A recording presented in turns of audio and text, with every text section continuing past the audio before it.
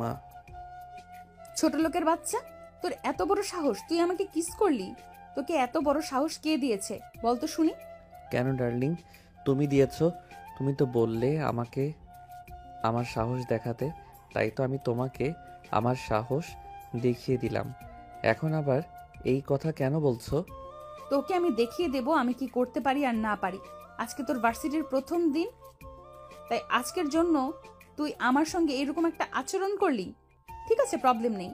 এই ভার্সিটিতে তুই যেন আর ক্লাস করতে না পারিস সে ব্যবস্থা আমি করব। এই বলেই নেহা রাগে গজগজ করতে করতে সেখান থেকে চলে গেল। তো ভিউয়ার্স, চলুন গল্পটা বুঝতেই আপনাদের সমস্যা হচ্ছে। 5 মিনিট আগে কি হয়েছিল সেটাই আপনাদের বলি। নীল এই কলেজে অনার্স ফার্স্ট ইয়ারে ভর্তি হয়েছে। আজকে ছিল তার ভার্সিটিতে প্রথম। এসেই কলেজের গেট দিয়ে ঢুকতে যাবে এমন সময় হঠাৎ দেখতে পেল কিছু মেয়ে একটা ছেলেকে র্যাগিং করছে। আমিন কান ধরে উঠবস করার আছে, সেটা দেখে সহ্য করতেই না পেরে সেখান থেকে চলে গেল আর ছেলেটাকে জিজ্ঞেস করলো, এই ছেলে দাঁড়াও, কি হয়েছে? তুমি এভাবে কান ধরে উঠবস করছো কেন?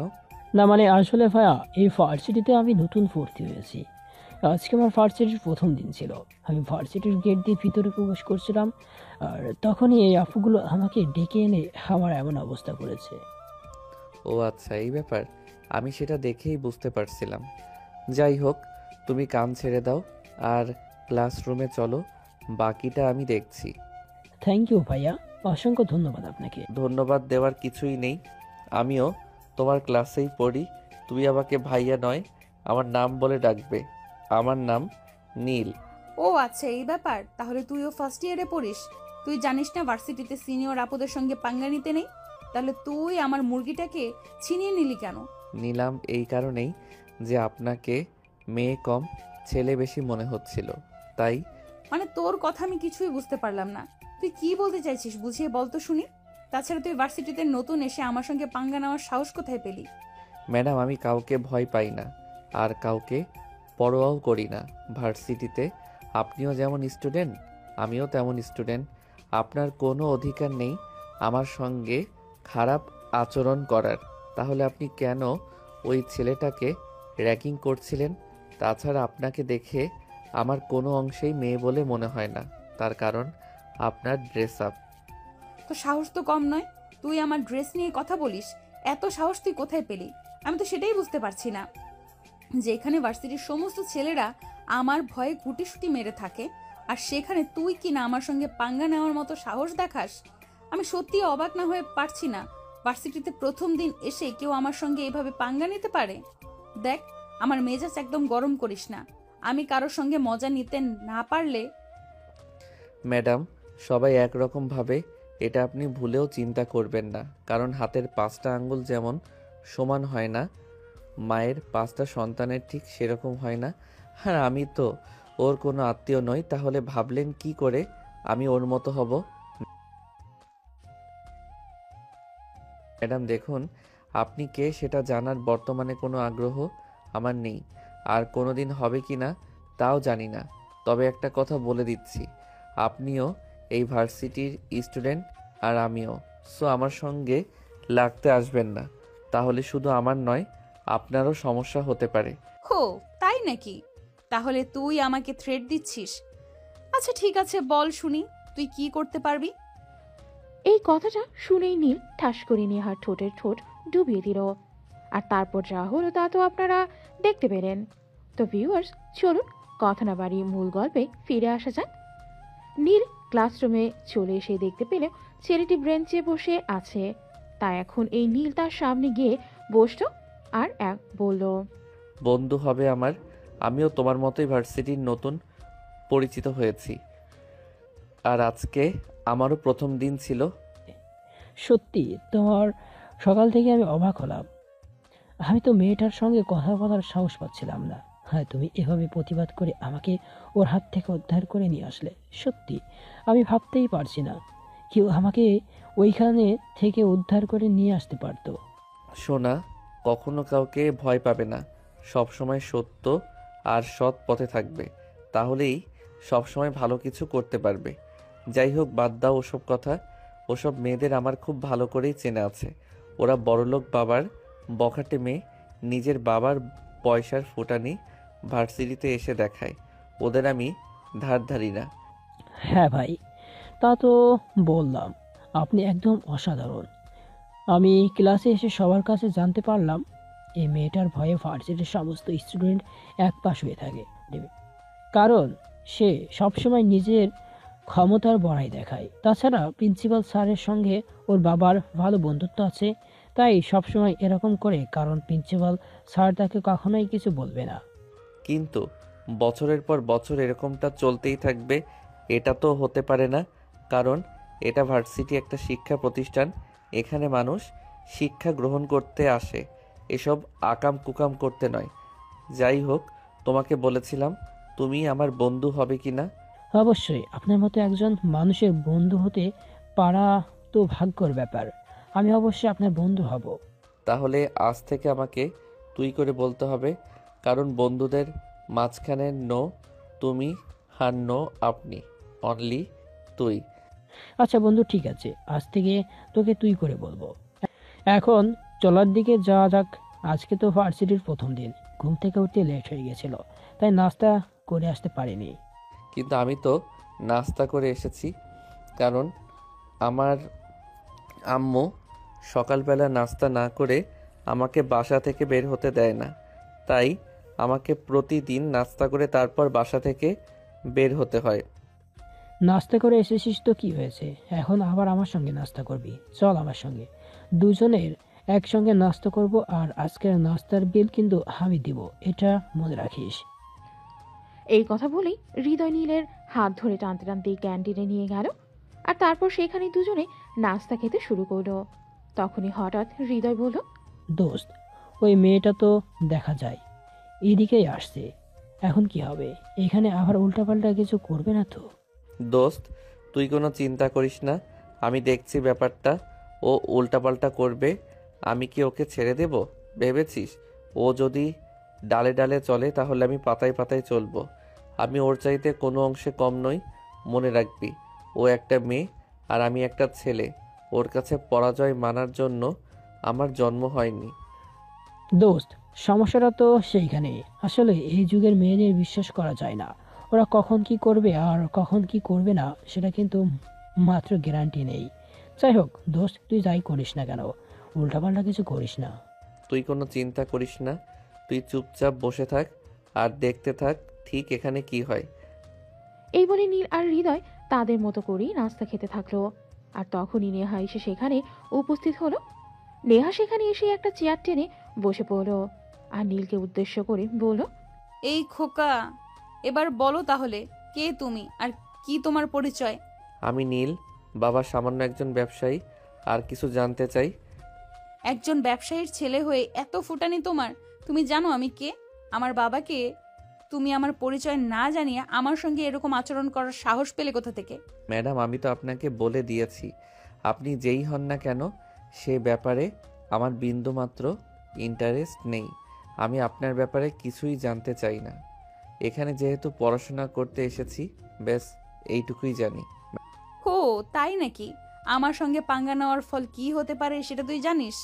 আমি ভার্সিটির সিনিয়র, আমাকে সব সময় রেসপেক্ট করে কথা বলবি, আসতে যেতে সালাম দিবি, যেখানেই পাবি সেখানেই আমাকে সম্মান জানাবি। পারবো না আমি, কারণ আপনি এমন কেউ নন যাকে আমার সামনে পেলেই সম্মান করতে হবে। আপনি আমার চাইতে সিনিয়র, আপনি সেটুকু সম্মান পেতে পারেন, কিন্তু এর চাইতে বেশি সম্মান আপনি কখনোই পাবেন না। যাই হোক, সবাই নষ্ট করবেন না, ক্লাসের টাইম হয়ে গেছে, নাস্তা শেষ করে ক্লাসে যেতে হবে। আব্বে ওই হালা, আমি ভার্সিটির সিনিয়র, তুই আমাকে ক্লাসের অজুহাত দেখাচ্ছিস? দেখুন ম্যাডাম, ক্লাসের টাইম হয়ে গেছে, সো উল্টাপাল্টা কিছু করবেন না, আমার মেজাজ খারাপ করবেন না। তাহলে আপনি কি দেখাতে পারেন? আমি তার চাইতে 3 গুণ দেখিয়ে দিব, তখন কিন্তু আমাকে কোনো দোষ দিতে পারবেন না। ও তাই নাকি? কি করবি তুই? কি করার মরদ আছে তোর? তাহলে দেখিয়ে দে তো, আমিও দেখে নিই। ম্যাডাম, আমি আপনাকে রিকোয়েস্ট করে বলছি, প্লিজ আপনি আমার মেজাজটা খারাপ করাবেন না, তাহলে কিন্তু আপনাকে নিজেকেই পস্তাতে হবে। এই কেন পস্তাতে হবে বল শুনি? আমার মতো সুন্দরী মেয়ে ভার্সিটিতে কি আর দ্বিতীয়টা আছে? ভার্সিটির সমস্ত ছেলেরা আমার পেছনে লাইন মারে, আমার সঙ্গে 2-3 মিনিট কথা বলার জন্য চান্স খোঁজে, আর সেখানে তুই কিনা আমার সঙ্গে এইভাবে কথা বলছিস? ম্যাডাম, যারা আপনার পেছনে লাইন মারে ওদের খেয়ে দেয়ে কোনো কাজ নেই। তাছাড়া আমার মনে হয় না তারা ছেলে। আমার মনে হয় ওইগুলো সবকটাই হিজড়া। কারণ মেয়েদের পেছনে লাইন মারা কোনো ছেলের কাজ নাই। আপনার মতো মেয়ে, আপনাকে তো আমার মেয়ে বলেই মনে হয় না। আচ্ছা বলতো শুনি, কোন দিক থেকে আমাকে মেয়ে মনে হয় না? এই যে আপনাকে বললাম আপনার ড্রেস, আপনি যে ড্রেসগুলো পরেছেন এগুলো ছেলেরা পরে, মেয়েরা কখনো এগুলো পরে না। জিন্স শার্ট আর আপনার ছোট ছোট চুল, এগুলো দেখে কি কেউ বলবে আপনি মেয়ে? এই স্টপ দিস ননসেন্স। আমার ড্রেস তুই কখনো কথা বলবি না। আমি ছোটবেলা থেকেই এগুলো পরে অভ্যস্ত। আমি এগুলো ছাড়া অন্য কিছু পরতে পারি না, তাই আমি সবসময় এগুলোই পরি। আর আমার চুল নিয়ে কথা বলছিস? আমি অসুস্থ ছিলাম তাই চুলগুলো কেটে ফেলতে হয়েছে। আচ্ছা ঠিক আছে, আমরা এখন আসছি, সময় নেই, ক্লাসের টাইম হয়ে গেছে। আরে খোকা, এত তাড়া কিসের? আমি কি তোকে এত তাড়াতাড়ি যেতে দেবো নাকি? তুই যতক্ষণ একটু আগের ওই ব্যবহারটার জন্য ক্ষমা চাইবি ততক্ষণ আমি তোকে এখান থেকে যেতে দেব না। ক্ষমা চাইবো তাও আবার আমি আপনার কাছে? কখনোই না ম্যাডাম, আমি এমন কোনো কাজ করিনি যার জন্য আপনার কাছে ক্ষমা চাইতে হবে। তাছাড়া আমার ডায়েরিতে ক্ষমা চাওয়া বলে কোনো শব্দ নেই। এই বলে নীল সেখান থেকে চলে যেতে চাইলে তখনই পেছন থেকে নেহা বলল, আজকে তুই ভার্সিটিতে প্রথম এসেছিস তাই তোকে কিচ্ছু বললাম না, তবে ভাবিস না আমি তোকে ছেড়ে দেব। আমি নেহা, আমার সঙ্গে পাঙ্গা নেওয়ার মজা তুই হাড়ে হাড়ে টের পাবি। আমি তোকে দেখিয়ে দেব আমি কি জিনিস, আর তোর কত বড় বুকের পাটা আমি সেটাও দেখে নেব। কথাটা শুনে নীল তখনই সেখান থেকে পিছু হটে এসে নেহার হাত থেকে তার মোবাইলটা নিয়ে সঙ্গে সঙ্গে তার শার্টের বোতামগুলো খুলে বুকটা উধাম করে বেশ কয়েকটা ছবি তুলে দিল। আর সঙ্গে সঙ্গে নেহার মোবাইলে নীলের নাম্বারটা তুলে দিয়ে নীল সেটা নেহার হাতে তুলে দিয়ে বলল, আমি আমার বুকের বেশ কয়েকটা ছবি তুলে দিয়েছি। আপনার যখন আমার বুকের পাটা দেখতে মন চাইবে তখন এটা দেখে নেবেন। আর যদি কখনো আমার সঙ্গে কথা বলতে ইচ্ছে করে তাহলে আমার নাম্বারে জাস্ট একটা মিস কল দেবেন। তোকে তো আমি চাইলে বিয়েও করতে পারেন। আপনি যথেষ্ট সুন্দরী, সিনিয়র হলে সমস্যা নেই, আমার বাসায় মেনে নেবে। এই কথা বলেই নীল সেখান থেকে হাসতে হাসতে চলে গেল। আর এদিকে ক্লাসরুমে আসতে ক্লাস শুরু হয়ে গেল। ক্লাস শেষ হলে হৃদয় নীলকে বলল, দোস্ত, মেয়েটার সাথে এভাবে পাঙ্গা নেওয়া ঠিক হয়নি। কারণ তুই তো জানিস আমি তোকে বলেছি মেয়েরা প্রিন্সিপালের আত্মীয় হয়। তোর এই ভার্সিটির পড়াশোনা করা খুব কঠিন হয়ে পড়বে, সে সঙ্গে আমার। আরে ভাই, তুই কোনো চিন্তাই করিস না, আমি আছি তো। ওই মেয়ে কী ঝামেলা করবে সেটা আমি দেখে নেব। এই সব কিছু নিয়ে তোকে কোনো চিন্তা করতে হবে না।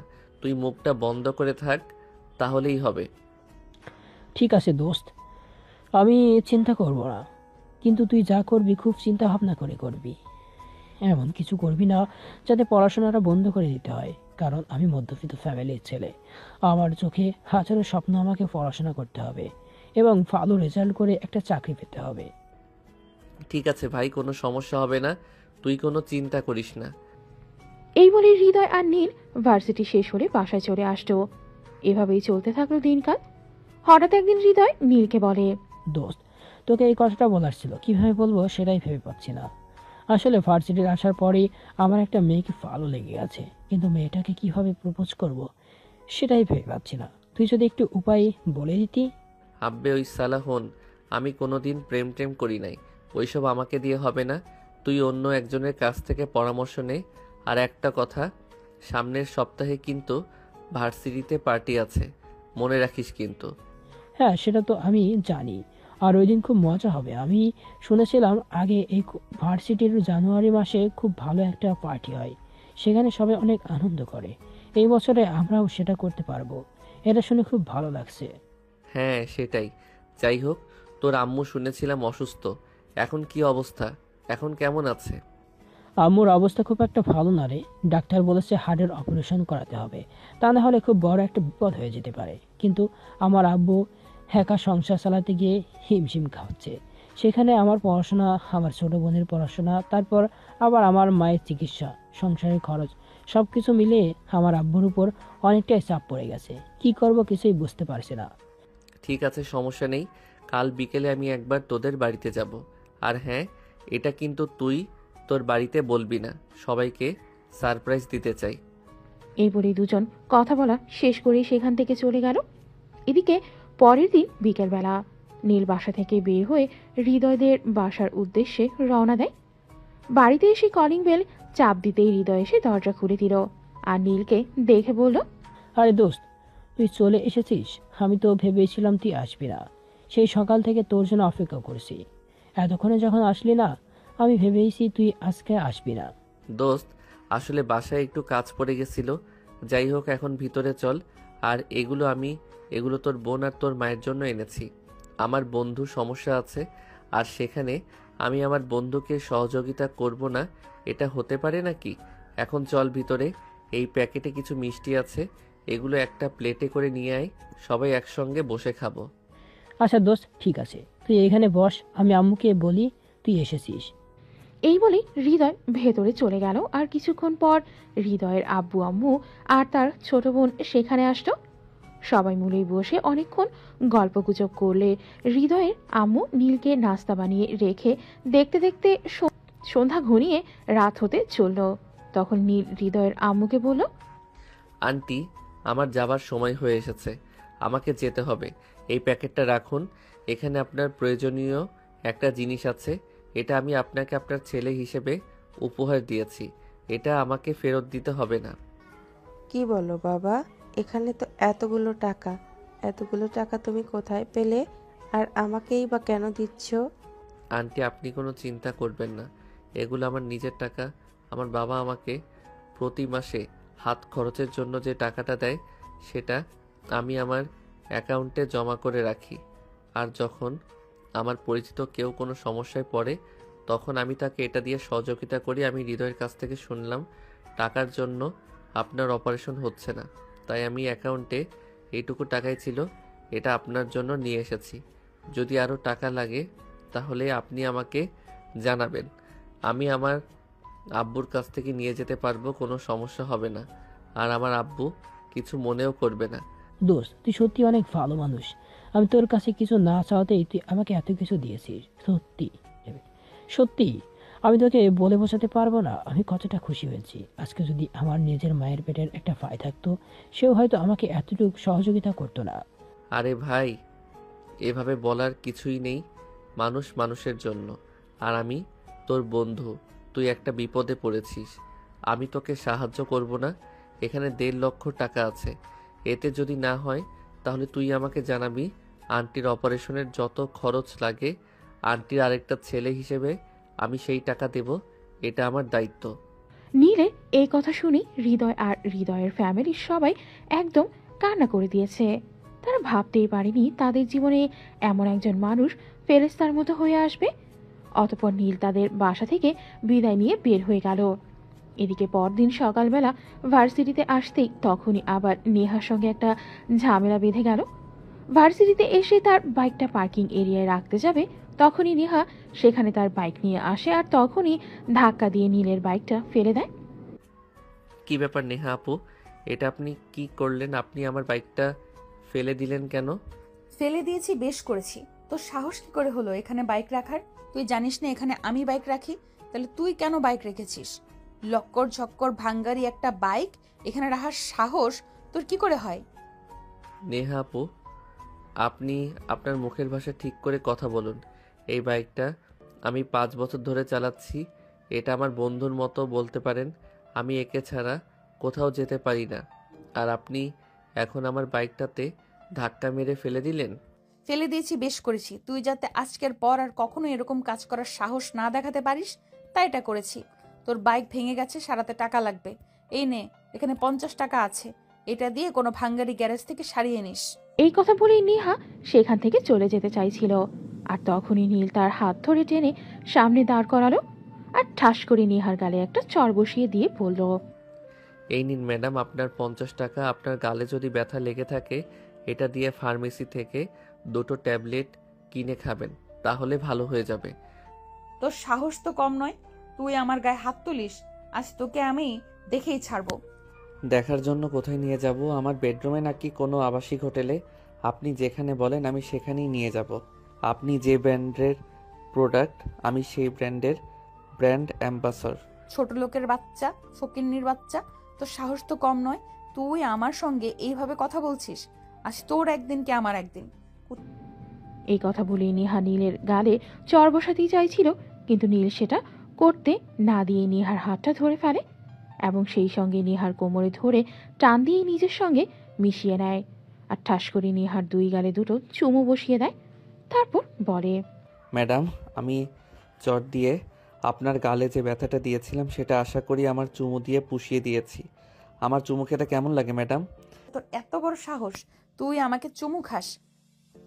তোর আমাকে চুমু খাওয়ার সাহস হলো কোথা থেকে? কোথায় তুই আর কোথায় আমি? কোথায় আকাশের চাঁদ আর কোথায় নর্দমার কিট? তোর মতো ছেলে এই ভার্সিটিতে পড়াশোনা করে, এটাই তো অনেক। আর সেখানে কিনা তুই আমার সঙ্গে পাঙ্গা নেওয়ার চেষ্টা করিস। আজ তোর আমি এমন হাল করব, তুই ভবিষ্যতে আমার সামনে এসে দাঁড়ানোর সাহসটুকু পর্যন্ত দেখাবি না। চাইলে আমার সঙ্গে বাসরও করতে পারেন, আমি আপনাকে না করব না বললাম তো। আপনি যথেষ্ট সুন্দরী আছেন। আপনি কি আমার বাসায় মেনে নেবে? কোনো প্রবলেম হবে না? বলেই নীল সেখান থেকে চলে গেল। এরপর দেখতে দেখতে ভার্সিটির অনুষ্ঠানের দিন চলে আসলো। আগের দিন থেকেই ভার্সিটির পুরো এরিয়াটা অনেক সুন্দর করে সাজানো হয়েছে। আর আজ সকালবেলা থেকেই ভার্সিটির প্রত্যেকটা স্টুডেন্ট অনেক সুন্দর করে সাজুগুজু করে ভার্সিটিতে আসা শুরু করে দিয়েছে, কারণ আজ ভার্সিটিতে অনেক আনন্দ উল্লাস হবে। সবাই নিজেদের মতো করে আনন্দ করবে, গান গাইবে, নাচ করবে। এদিকে নীল সকাল 8টা থেকে ভার্সিটি ক্যাম্পাসে আসে আর বন্ধুদের নিয়েই ক্যাম্পাসের একপাশে দাঁড়িয়ে গল্প করতে থাকে। তখনই হঠাৎ নেহা ভার্সিটিতে আসে আর গাড়িটা দাঁড় করিয়ে ক্যাম্পাসের ভেতরে ঢুকতে থাকে। তখনই হৃদয় নীলকে উদ্দেশ্য করে বলে, দোস্ত, তাকিয়ে দেখ তো এটা কে? এই মেয়েটাকে তো আমাদের ভার্সিটিতে আজকের আগে কখনো দেখছি বলে মনে হয় না। দূর শালা কানা, তুই কি ভুলে গেছিস সেটা আমাদের সিনিয়র আপু? ওই যে ওই মেয়েটা নেহা যার নাম। কিন্তু আজ তো ওকে দেখে পুরাই অন্যরকম লাগছে। মেয়েটাকে বলল সে কোনোদিনও শার্ট প্যান্ট ছাড়া অন্য কিছুই পরেনি, তাহলে আজ শাড়ি পরল কিভাবে? সেটা বড় কথা নয় ভাই, বড় কথা হলো মেয়েটাকে শাড়িতে অন্যরকম সুন্দরী লাগছে। তাছাড়া তো এক ভার্সিটির প্রত্যেকটা স্টুডেন্টই হা করে মেয়েটার দিকে তাকিয়ে আছে। অন্যদের আমি পরে দেখে নেব, আগে তুই নিজের মুখটা বন্ধ কর। হ্যাঁ সত্যি আজ নেহাকে অনেক সুন্দর লাগছে, কিন্তু এত সুন্দর এলাকার পিছনে রহস্যটা কি? আর সে আজকে শাড়ি পরলই বা কিভাবে? তুই এখানে দাঁড়া, আমি রহস্যটা জেনে আসি। ভাই, আমি তো দুইটা পায়ে ধরি, তোর ওইখানে যাওয়া লাগবে না, কারণ আমি খুব ভালো করে জানি তুই ওইখানে গেলে এই মেয়েটার সঙ্গে কথা বলে একটা ঝামেলা পাতাবি আর আজকের আনন্দের পুরো মুহূর্তটা নষ্ট করে দিবি। আরে bro, no tension, just chill. আমাকে দেখতে দে, ব্যাপারটা দেখতে হবে। এই বলেই নীল হৃদয়কে সেখানে রেখে সোজা নেহার সামনে গিয়ে দাঁড়ালো আর বলল, কি ব্যাপার ম্যাডাম, আজকের বিষয়টা কি সেটাই তো বুঝতে পারলাম না। আজ হঠাৎ আপনি শাড়ি পরেছেন, কিন্তু এর পেছনে কারণটা কি সেটা কি জানতে পারি? কারণটা খুবই সিম্পল। তুই লিজেন্ড হলে এতক্ষণে বুঝে যেতি। যাই হোক, তুই বুঝতে পারিসনি, তাই জন্য আবারও বলি। তোকে ইমপ্রেস করার জন্য আমি আজ শাড়ি পরেছি। ভার্সিটির প্রত্যেকটা ছেলে আমার সঙ্গে কথা বলার জন্য কত সুযোগ খোঁজে, আর তুই কি না আমাকে কোনো পাত্তাই দিস না কেন বলতো? ভেরি সিম্পল, আমি আর 5টা ছেলের মতো নই। আপনি আমার চাইতে সিনিয়র, আমি কেন আপনার সঙ্গে কথা বলতে উঠে পড়ে লেগে যাব? আমি বিয়ে করব আমার চাইতে মিনিমাম 5 বছরের ছোট একটা মেয়েকে, যার সঙ্গে আমার ভালো একটা আন্ডারস্ট্যান্ডিং, ম্যাচুরিটি আর সব কিছু হবে। যে খুব ভালো একটা মেয়ে হবে, লক্ষ্মী, ঘরোয়া এবং সংসার কাজে নিপুণা। আপনি তো ডাইরেক্ট গুন্ডি মার্কে একটা মেয়ে। আপনার মতো একটা মেয়েকে কোনো ছেলে বিয়ে করবে যে নিজের জীবনটাকে তেজপাতা করতে চাইবে? এই দেখ, একদম বেশি কথা বলিস না। তুই এত বড় কথা বলার সাহস কোথায় পেলি? আমি গুন্ডি? তাহলে তুই কি? তুই যে আমাকে ভার্সিটির সবার সামনে চুমু খাস, তখন তোর লজ্জা করে না? তুই তো আসলে একটা নির্লজ্জ। আপনার মতো গুন্ডি মার্কা মেয়েদেরকে মাঝে মাঝে একটু সাইজ করার জন্য এইরকম কিছু করার দরকার আছে, তাই তো করি।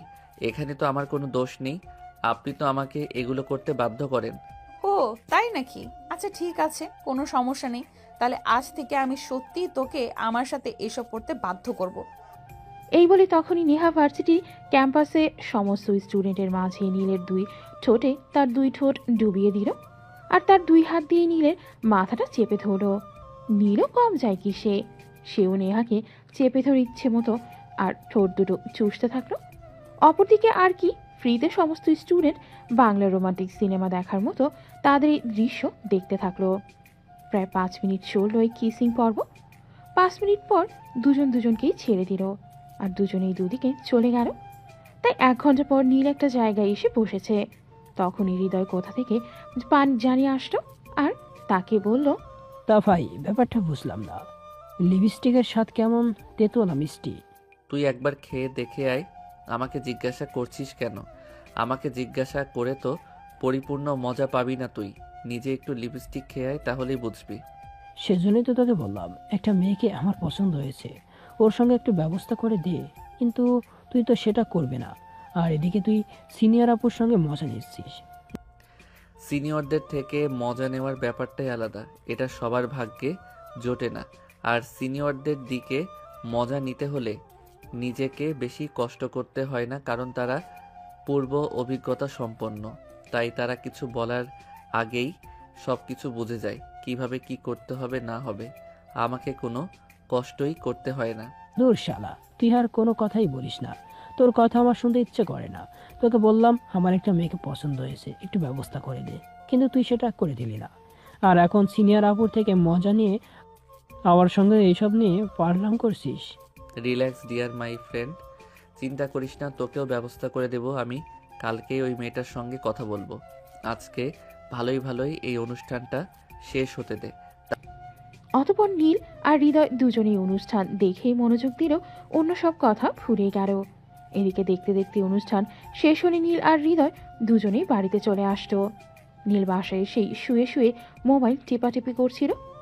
তখনই হঠাৎ ফেসবুক স্ক্রলিং করতে করতে একটা আইডি থেকে একটা স্টোরি দেখতে পেল, যে আইডিটা বেশ কদিন আগেই তাকে ফ্রেন্ড রিকোয়েস্ট পাঠিয়েছিল। সেও আরও 7 থেকে 5টা চিন্তা না করে রিকোয়েস্ট অ্যাকসেপ্ট করেছিল। সে আর নেহা যখন ভার্সিটির ক্যাম্পাসে কিসিং করছিল, তখন কেউ একজন এটার ছবি তুলে নেয় আর সেটাই ফেসবুকে স্টোরি দেয়। তখনই ওই আইডিতে ঢুকলো। সেই আইডিতে ঢুকে একদম হতবাক, এটা তো নেহার আইডি।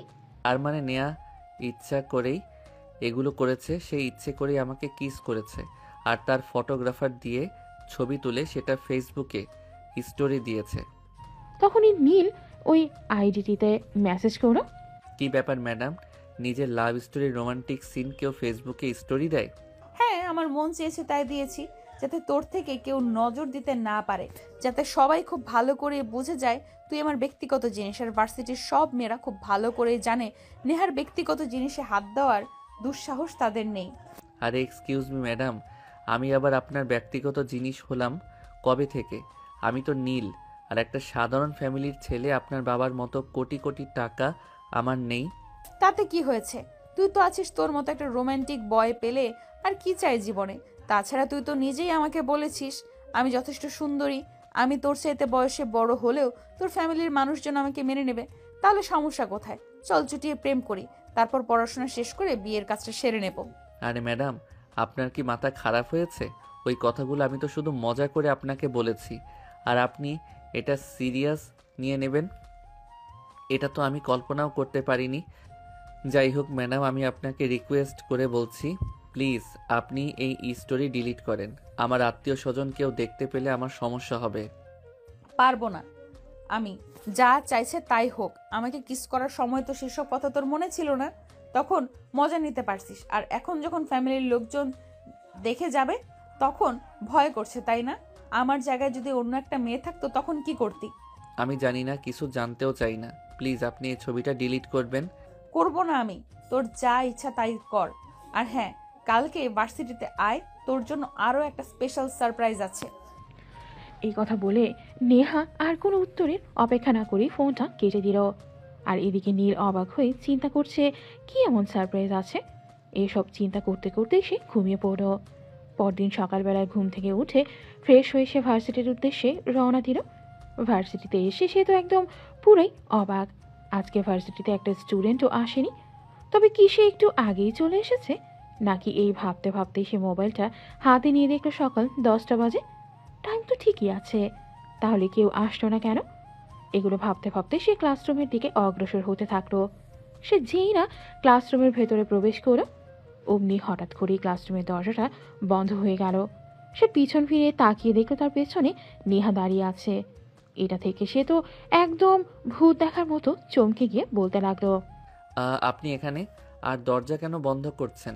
ভার্সিটিতে একটাও স্টুডেন্ট নেই, তবে কি আজ আপনি আর আমি ছাড়া কেউ আসেনি এখানে? এসেছে, তবে এখানে কেউ আসবে না। আমি সবাইকে বলে দিয়েছি, সবাই অন্য ক্লাসরুমে গিয়ে বসে আছে। সবাইকে বলে দিয়েছি কেউ যেন ক্লাসরুম থেকে বের না হয় আমি না বলা পর্যন্ত। মানে কি এসবের? আপনি কি করছেন এগুলো? আমি তো কিছুই বুঝতে পারছি না। আপনার মাথায় কি চলছে একটু দয়া করে বলা যাবে? সেটা এক্ষুনি তোমাকে দেখাবো। কাল তোমাকে কিস করে সেটা ফেসবুকে স্টোরিতে দিয়েছি বলে তুমি আমাকে কি বলেছো এগুলো ডিলিট করে দিতে, না হলে তোমার ফ্যামিলির মানুষ দেখতে পেলে সমস্যা হয়ে যাবে। কিন্তু আজ আমি তোমার সঙ্গে যেটা করব সেটা তোমার ফ্যামিলির মানুষ দেখতে পেলে নিজের থেকেই তোমাকে আমার হাতে তুলে দিবে। মানে আপনি কি বলছেন? আমি তো কিছুই বুঝতে পারছি না। আপনার কি মাথা খারাপ হয়ে গেছে নাকি? আমি সেটাই বুঝতে পারছি না। প্লিজ আপনি দরজাটা খুলুন আর আমাকে বাইরে যেতে দিন। এটা তো হবে না বেবি, এত কষ্ট করে এত কিছু করে আমার এখন আমি আমি যেতে দেব? একদমই না। তুমি যেতে চাইলেও আমি তোমাকে যেতে দেব না। আর যদি জোর করে এখান থেকে চলে যেতে চাও তাহলে তোমার নামে এমন বদনাম রটাবো যেটা তুমি কল্পনাও করতে পারবে না। প্লিজ আমাকে এখান থেকে যেতে দিন। আপনি আমার সঙ্গে উল্টাপাল্টা কিছু করবেন না। আপনি বড়লোক বাবার একমাত্র মেয়ে। আপনার মান সম্মানের ভয় না থাকতে পারে। আমার মতো দাবিতে ফ্যামিলির মানুষ, আমাদের মান সম্মানের ভয় আছে। আমাদের কাছে মান সম্মানটাই সবচাইতে আগে, তারপর অন্য সব।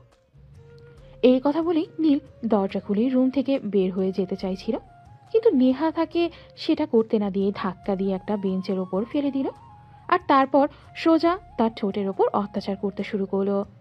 নেহা ইচ্ছা মতো নীলের ঠোঁট দুটো চুষতে থাকলো। তখনই নীল তার সঙ্গে রেসপন্স করতে থাকলো, আর সেই সঙ্গে তার হাত দিয়ে নেহাকে আরো জোরে নিজের সঙ্গে চেপে ধরো। বাহ, বেশ তো খেলতে পারো, চলো না ওইটা করি। ম্যাডাম, ওইটা করলে আপনার প্রবলেম হবে, আমার নয়। আপনি কিন্তু ভুলে যাচ্ছেন আমি একটা প্রাপ্তবয়স্ক ছেলে। তাতে কি আমার কোনো প্রবলেম নেই। সবাই না হয় বিয়ের পর বাচ্চা নেয়, আমি না হয় বিয়ের আগেই বাচ্চা নিয়ে নেব। কিন্তু ম্যাডাম, এটা আমি পারবো না। আপনি আমার চাইতে সিনিয়র। আপনার সঙ্গে এতক্ষণ যা কিছু হয়েছে সব কিছুর জন্য সরি। আমাকে ক্ষমা করে দেবেন। আপনি আমাকে এমনভাবে চেপে ধরেছিলেন, আমি আর নিজেকে কন্ট্রোল করতে পারিনি। আমিও তো চাই তুমি কন্ট্রোল হারিয়ে আমার উপর আসক্ত হয়ে পড়ো, কারণ আমি তোমায় ভালোবেসে ফেলেছি। আরে আপনাকে মাথা সত্যি খারাপ হয়ে গেছে নাকি? কোথায় আপনি আর কোথায় আমি? কোথায় আকাশের চাঁদ আর কোথায় মাটির পৃথিবী? যাই হোক ম্যাডাম, এবার আপনি ছাড়ুন, আমাকে যেতে হবে। আরে কি ব্যাপার, ভয় পাচ্ছ কেন? ভয় পাওয়ার কিছুই নেই। তুমি জানো না ভার্সিটির প্রিন্সিপাল আমার বাবার বন্ধু হয়। আমি এই ভার্সিটিতে যাই কিছু করি না কেন প্রিন্সিপালের উপরে তো কেউ যেতে পারবে না, তাই এখানে কোনো সমস্যা হবে না। আমি জানি না, অত কিছু আমি জানি না বাইরে কে দাঁড়িয়ে দরজায় নক করেছে। এখন যদি আপনাকে আর আমাকে একটা বন্ধ রুম থেকে বের হতে দেখি, তারপর কি হবে সেটা আপনি ভাবতে পেরেছেন? ধুর, তুমি এত ভয় পাও কেন বলো তো? আমি সেটাই বুঝতে পারি না। ঠিক আছে, কোনো সমস্যা নেই, তোমাকে দরজা খুলতে হবে না, আমি নিজেই গিয়ে দরজা খুলে দিচ্ছি। তারপর বাঘ ভাল্লুক যা আসে তাই আসুক। এই বলে নেহা নীলকে ছেড়ে দিয়ে দরজাটা খুলে দিল। আর তখনই দরজা খুলে দেখতে পেল প্রিন্সিপাল স্যার দরজার বাইরে দাঁড়িয়ে আছে। এটা দেখে নীল কাঁচুমাচু হয়ে বলতে লাগলো, স্যার প্লিজ বিশ্বাস করুন, আমি কিছু করিনি। আমি তো ক্লাসরুমে এসেছিলাম আর তখনই নেহা আপু এগুলো করেছে। প্লিজ আপনি আমার বাবাকে কিছু বলবেন না। আরে কোনো ব্যাপার না, এইসব নেহা খুব ভালো মেয়ে, তোমার ভালোবাসে, ওর ভালোবাসাকে তুমি মেনে নাও। স্যার আপনি এসব কি বলছেন? নেহা আপু আমার চাইতে সিনিয়র। ওনাকে ভালোবাসা বা ওনার সঙ্গে সম্পর্কে যাওয়া কোনোটাই আমার পক্ষে সম্ভব নয়। আপনাকে আমি রিকোয়েস্ট করে বলছি, প্লিজ আমার বাবাকে এসব কিছু বলতে যাবেন না। আরে বাবা, বললাম তো চিন্তার কোনো কারণ নেই, আমি কাউকে কিছু বলবো না। নেহা আমার বন্ধুর মেয়ে, ও আমাকে সব কিছু বলেছে। ও আমাকে সবসময় নিজের বন্ধুর মতো মনে করে, তাই সবকিছু শেয়ার করে। নেহাকে বাইরে থেকে দেখতে একটু রাগী মনে হলে ভেতরে থেকে কিন্তু সে অনেক ভালো একটা মেয়ে। নীল তখন প্রিন্সিপাল স্যারের কোনো উত্তর না দিয়ে কোনো রকমে সেখান থেকে কেটে পড়ল। এদিকে সেদিন রাতের বেলা নীল নিজের রুমে বসে পড়াশোনা করছিল। তখনই হঠাৎ মোবাইলের রিংটোনের আওয়াজ শুনতে পেল। সে মোবাইলটা হাতে নিয়ে দেখলো একটা অচেনা নাম্বার থেকে ফোন এসেছে। সে প্রথমে ফোনটা রিসিভ করতে চাইল না, কারণ তার নাম্বারে কখনোই খুব একটা অচেনা নাম্বার থেকে ফোন আসে না তাই। কিন্তু পরপর ফোনটা বেজেই চলেছিল, তাই নীল বাধ্য হয়ে ফোনটা রিসিভ করলো। আর ফোনটা রিসিভ করতেই অপর পাশ থেকে শুনতে পেল। কি ব্যাপার, কতক্ষণ লাগে তোমার ফোন রিসিভ করতে? আমি সেই কখন থেকে ফোন দিয়ে যাচ্ছি, কিন্তু তুমি ফোনটা তুলছো না কেন? কি সমস্যা কি তোমার? না মানে আসলে আমি বই পড়তে বসেছিলাম, তাই আর ফোনটা রিসিভ করতে পারিনি। তাছাড়া অচেনা নাম্বার ফোন রিসিভ করতেও ভরসা পাচ্ছিলাম না। ও আচ্ছা, এই ব্যাপার। ঠিক আছে, তাহলে আমার নাম্বারটা সেভ করে রাখো। এটা আমার পার্সোনাল নাম্বার, যে কোনো সময় ফোন দিলে আমাকে পাবে। এখন তাহলে রাখি, তোমায় বিরক্ত করলাম না। ফ্রি হয়ে ফোন দিও। এই বলে নীলকে আর কোনো কথা বলার সুযোগ না দিয়ে নেহা ফোনটা কেটে দিল। আর এদিকে নীল মোবাইলটা রেখেই পড়াশোনায় মনোযোগী হওয়ার চেষ্টা করল। কিন্তু সে কোনোভাবেই পড়াশোনায় মনোযোগী হতে পারছে না, কারণ যখন সে পড়াশোনায় মনোযোগী হওয়ার চেষ্টা করছে তখনই সকালবেলা ভার্সিটিতে ঘটে যাওয়া ঘটনার কথা মনে পড়ছে। তাই সে আর পড়া টেবিলে বসে না থেকেই বিছানায় গিয়ে শুয়ে পড়ল। রাত আনুমানিক 2টা বাজে। সে মোবাইলে মুভি দেখছিল, তখনই আবার নেহার নাম্বার থেকে ফোন আসে। সে তখন ফোনটা রিসিভ করল। কি ব্যাপার, তুমি এখনো ঘুমাওনি? আমি ফোন দেওয়ার সঙ্গে সঙ্গে ফোনটা রিসিভ করলে যে? আসলে শীতের রাত, ঘুম আসছে না তো তাই। ঠিক আছে, কোনো সমস্যা নেই। তাহলে এক কাজ করো, তোমার বাইক নিয়ে আমার বাড়ির সামনে চলে আসো। অনেকক্ষণ তোমার জন্য অপেক্ষা করছি। মানে এখন রাত 2টা বাজে, কোথায় যাব? কোথায় যাব সেটা পরে বলবো। তুমি এক্ষুনি আমার বাসার সামনে চলে আসো। আর যদি তুমি না আসো তাহলে কিন্তু আমি যেইভাবেই পারি তোমার বাসার ঠিকানা জোগাড় করে তোমার বাসায় চলে আসব। কথাটা মনে রেখো। নীল তখন আর কোনো উপায়ন্তর না পেয়েই গায়ে বেশ কয়েকটা শীতের কাপড় জড়িয়ে নিল, আর তারপর বাইক নিয়ে বাসা থেকে বের হলো। নেহার বাসার সামনে এসে দাঁড়াতেই দেখতে পেল নেহা গেটের বাইরে দাঁড়িয়ে আছে। তাকে দেখে নীল বলল, কি ব্যাপার, আপনি আমাকে এত রাতে আসতে বলেন কেন? তাছাড়া এখন রাত প্রায় 2:30টার মতো বাজে, আপনি বাড়ির গেটের বাইরে দাঁড়িয়ে আছেন। আপনার একটু ভয় করছে না? ভয় আর আমি আমি কখনোই ভয় পাই না, কোনো কিছু কি ভয় পাই না। যাই হোক, এখন চলো। এই বলেই নেহা নীলের পেছনে উঠে বসলো আর নীলকে শক্ত করে জড়িয়ে তোলা। তখন নীল নেহাকে প্রশ্ন করলো, আমরা কোথায় যাব সেটা তো বলবেন।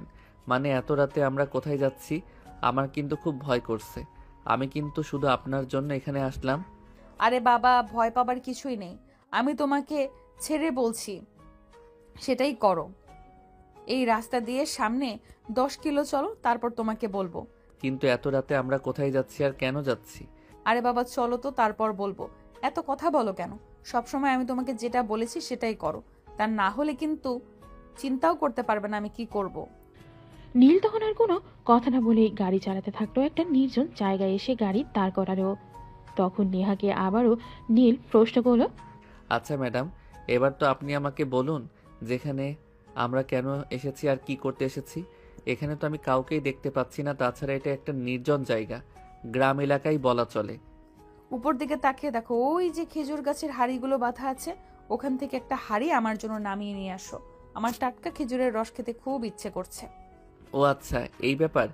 এটা তো আপনি আমাকে সকালে বললেও পারতেন, আমি সকালবেলা এসে নিয়ে যেতাম। এত রাত করে আসার কি দরকার ছিল? সকালবেলা আসলে তো গাছেদের কাছ থেকে টাকা নিয়ে কিনে নিতে হতো, কিন্তু আমি সেটা চাইনি। আমি চুরি করে খেতে চেয়েছি, তাই তোমাকে এখানে নিয়ে এসেছি। এখন তুমি গাছে ওঠো আর ওখান থেকে একটা হাড়ি নামিয়ে আনো। সমস্যা নেই, চিন্তা করো না। আমি চুরি করে খাচ্ছি বলে টাকা ছাড়া খাবো না। এই দেখো, আমি টাকা নিয়ে এসেছি। চলে যাওয়ার পর এই টাকাগুলো এখানে রেখে যাব। অতঃপর নীল গাছে উঠলো আর গাছ থেকে একটা খেজুরের রসের হাঁড়ি নামিয়ে আনলো। তারপর নেহা সেখানে ইচ্ছে মতো খেজুরের রস খেলো আর নীলকেও খাইয়ে দিল। তারপর দুজনে মিলে বাসায় চলে আসলো। নীল নেহাকে তার বাসার সামনে নামিয়ে দিয়ে সে তার বাসায় চলে আসলো আর বিছানায় শুয়ে ঘুমিয়ে পড়ল। পরদিন সকালবেলা প্রায় 11টা নাগাদ নীলের আম্মু তাকে ডাকতে এলো। কি ব্যাপার নীল, কি সমস্যা তোর? সকাল 11টা বাজে, তুই এখনো ঘুম থেকে উঠিসনি কেন? ভার্সিটিতে যাবি না নাকি? হাই আল্লাহ, কি বলো আম্মু? তুমি 11টা বেজে গেছে? আমি আসলে খেয়াল করিনি। রাতের বেলা ঘুম আসছিল না, তাই ঘুমাতে ঘুমাতে দেরি হয়ে গেছিল। আর এখন যে সকাল 11টা কখন বেজে গেছে সেটা আমি বুঝতেই পারলাম না। কি বলিস তুই? ঘুমাতে পারছি না? তোর শরীর খারাপ লাগছিল নাকি? তাহলে আমাকে বললি না কেন? আমি তোকে ঔষধ দিয়ে যেতাম, তাহলেই তো সব ঠিক হয়ে যেত। না আম্মু, যেরকম সেরকম কোনো ব্যাপার নাই। আসলে এমনিতেই ভালো লাগছিল না, তাই ঘুমাতে দেরি হয়ে গেছিল। যাই হোক, আজকে তো আর ভার্সিটিতে যাওয়া হলো না। আমি আর একটু ঘুমিয়ে নেই, তারপর ঘুম থেকে উঠব। এটা বললে হবে না। তুমি এক্ষুনি ঘুম থেকে ওঠো। তুমি ইদানিং খাওয়া দাওয়া অনেক অনিয়ম করছো। আমি এগুলো আর সহ্য করব না। আমি সকালবেলা এত কষ্ট করে নাস্তা বানাই, আর তোমরা বাবা ছেলে সেই না খেয়েই বাসা থেকে বের হয়ে যাও। আমার পরিশ্রমের কি কোনো মূল্য নেই নাকি? এক্ষুনি ঘুম থেকে উঠে নাস্তা করবে। আমি আর কোনো কথা শুনতে চাই না। নীল বেশ কিছুক্ষণ মনে মনে চিন্তা করলো, আসলেই তাই তার আম্মু এত কষ্ট করে রান্না বান্না করে, কিন্তু সে আর তার আব্বু সকালবেলা কিছু না খেয়েই বাসা থেকে বের হয়ে যায়। তাই সে পেছন থেকে নেমে প্রয়াস হতে চলে গেল। প্রায় হয়ে এসে তারপর নাস্তা খেয়ে আবার রুমে এসে ঘুমিয়ে পড়ল। বিকেল 3টে নাগাদ নেহার নাম্বার থেকে ফোন আসতো। কি ব্যাপার বেবি, কি করছিলে তুমি? এত বেলা হয়ে গেল, তুমি আমাকে একবারও ফোন করলে না? সকালবেলা ঘুম থেকে উঠে নাস্তা করে আবার ঘুমিয়ে গেছিলাম। এখনো বিছানাতেই আছি, তাহলে ফোন করব কি করে? ঠিক আছে, সমস্যা নেই। বিকেল বেলায় একটু বের হতে পারবে? শপিং করতে যাব। আসলে আম্মুকে বলেছিলাম, আম্মু একটু কাজে ব্যস্ত আছে, আম্মু যেতে পারবে না, তাই তুমি যাবে। কিন্তু আমার তো ছোট্ট একটা কাজ আছে। আমার বন্ধু হৃদয় আছে না, ওর আম্মুর আজ অপারেশন। আমাকে একটু হাসপাতালে যেতে হবে। ঠিক আছে, সমস্যা নেই, ওখানেও যাবে, কিন্তু তার আগে আমার সঙ্গে শপিংয়ে যাবে। শপিং শেষ করে আমি নিজেও তোমার সঙ্গে হসপিটালে যাব। এই বলে ফোনটা কেটে দিল। অতঃপর নীল বিছানা থেকে নেমে ফ্রেশ হয়ে নেহার বাসার সামনে বাইক নিয়ে চলে আসতো। তারপর দুজনে একসঙ্গে শপিং মলে চলে গেল। শপিং শেষে হলে নীল নেহাকে নিয়েই হসপিটালে চলে আসে। দুজন হসপিটালে ঢুকতেই হৃদয় তাদের দেখে এবং কাছে এসে বলে, কি ব্যাপার দোস্ত? ব্যাপারটা বুঝতে পারলাম না। ম্যাডাম তোর সঙ্গে কেন? ম্যাডাম তোর ভাবি হতে চলেছে, তাই এখন থেকে ভাবি বলে ডাকবি। এসব ফাইজলামো বাদ দিয়ে এখন বল, আন্টির কি অবস্থা? অপারেশন কখন হবে? ডাক্তারের সঙ্গে একটু আগেই কথা বলে আসলাম। ডক্টর বলল 20 মিনিট পর অপারেশন শুরু হবে। ওটিতে নিয়ে যাওয়ার জন্য রেডি করা হচ্ছে আমাকে। ঠিক আছে, তাহলে তুই নেহাকে নিয়ে এখানে থাক, আমি একবার আন্টির সঙ্গে দেখা করে আসি। আর হ্যাঁ, টাকা পয়সার কি খবর? ডক্টর সঙ্গে টাকার ব্যাপারে কথা বলেছি নাকি? ডক্টর কি বলেছে ডাক্তারের ব্যাপারে? হ্যাঁ, কথা বলছিলাম। ডক্টর তো বললো অপারেশন টোটাল 2 লক্ষ টাকা লাগবে। আমি বলেছি অপারেশন শুরু করতে, তারপর যেভাবে পারি টাকাটা দিয়ে দিব। ঠিক আছে, সমস্যা নেই, আমি টাকা নিয়ে এসেছি। আমি সমস্তটা পেমেন্ট করে তারপরে যাব। আর হ্যাঁ, এই এখানে 50,000 টাকা আছে, এটা তোর কাছে রাখ, পরে কাজে লাগবে। দোস্ত, তোর মতো মানুষ হয় না। তোর মতো ছেলেকে নিজের বন্ধু হিসেবে পেয়ে আমি ধন্য হলাম। হয়তো আমি আগের জন্মে আমি কোনো ভালো কাজ করেছিলাম, যার ফলস্বরূপ তোর মতো একটা ছেলেকে নিজের বন্ধু হিসেবে পেলাম। তোকে না বলেছি সবসময় এসব বাজে কথা বলবি না? তোকে যেটা বলেছি তুই সেটাই কর। তুই নেহাকে নিয়ে এখানে অপেক্ষা কর, আমি আন্টির সঙ্গে দেখা করে আসি। এবারে নীল কেবিনের ভেতরে চলে গেল। সেখানে গিয়ে হৃদয়ের আম্মুর সঙ্গে কথা বলল এবং সবশেষে ডক্টরের সঙ্গে কথা বলল। ডক্টর, রোগীর কন্ডিশন কি? অপারেশন হলে সব ঠিক হয়ে যাবে তো? অন্য কোনো প্রবলেম হবে না তো? না, একদম নয়, সব ঠিক হয়ে যাবে। আপনারা নিশ্চিন্তে থাকতে পারেন, আমাদের উপর ভরসা করতে পারেন, ইনশাআল্লাহ সব ঠিক হয়ে যাবে। ঠিক আছে ডক্টর, সব যেন ঠিকঠাক হয়। আমি আপনার উপর ভরসা করি। শুধুমাত্র আন্টির অপারেশনটা আপনাদের হসপিটালে করতে দিলাম, তা না হলে আমি আন্টিকে অন্য কোনো হসপিটালে নিয়ে যেতাম। না, সেটার কোনো প্রয়োজন নেই। আমি আপনাকে শতভাগ নিশ্চিত করতে পারি আমি এই অপারেশনটা সাকসেস করতে পারবো।